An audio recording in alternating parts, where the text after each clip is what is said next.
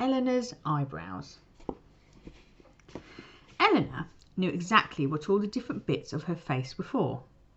Her eyes were for crossing, her ears were for waggling, her nose was for picking, and her tongue was for sticking out at people. But what on earth is the point of eyebrows? Said Eleanor one day. They're just two silly, scruffy, hairy little bits of fluff. Now, Eleanor's eyebrows wouldn't stay where they weren't wanted. So that night, while Eleanor slept, they slid off her face and ventured out into the big wide world to find somebody who would love them for what they were. And that's when they saw a notice. Are you long, thin and hairy? Want to be more than just a silly, scruffy, hairy little bit of fluff? We can make you beautiful. Come to the butterfly house at the zoo.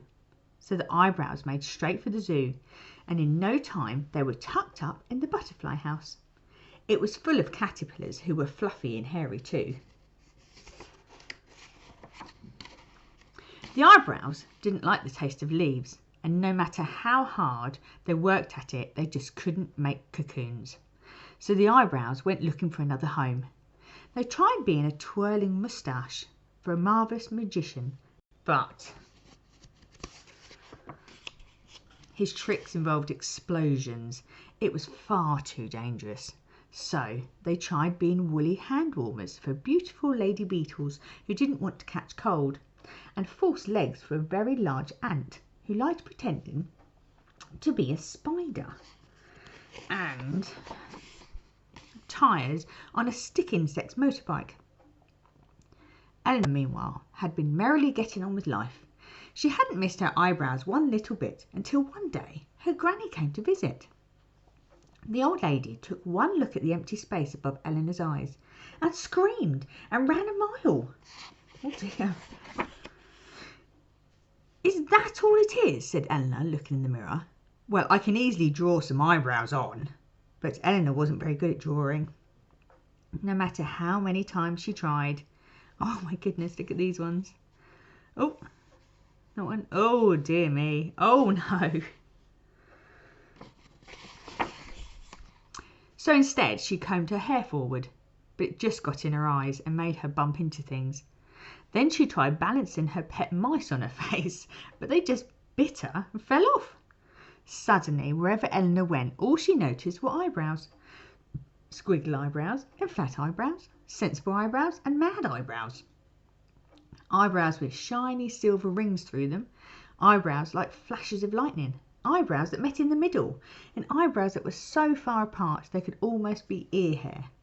She had never realised how wild and wonderful eyebrows were, and how much she missed her own. I'm so miserable without my lovely eyebrows, said Eleanor. I wish I could get them back. But how? And then she had a brilliant idea. Are you long, thin and oh, what is she going to write?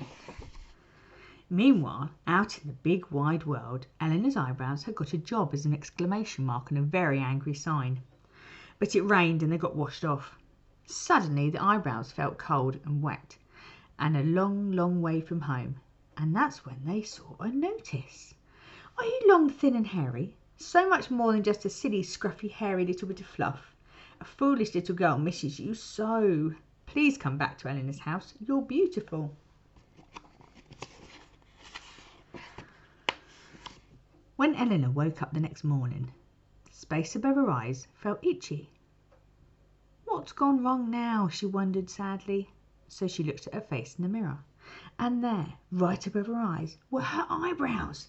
And now Eleanor knew exactly what they were for. Making her happy.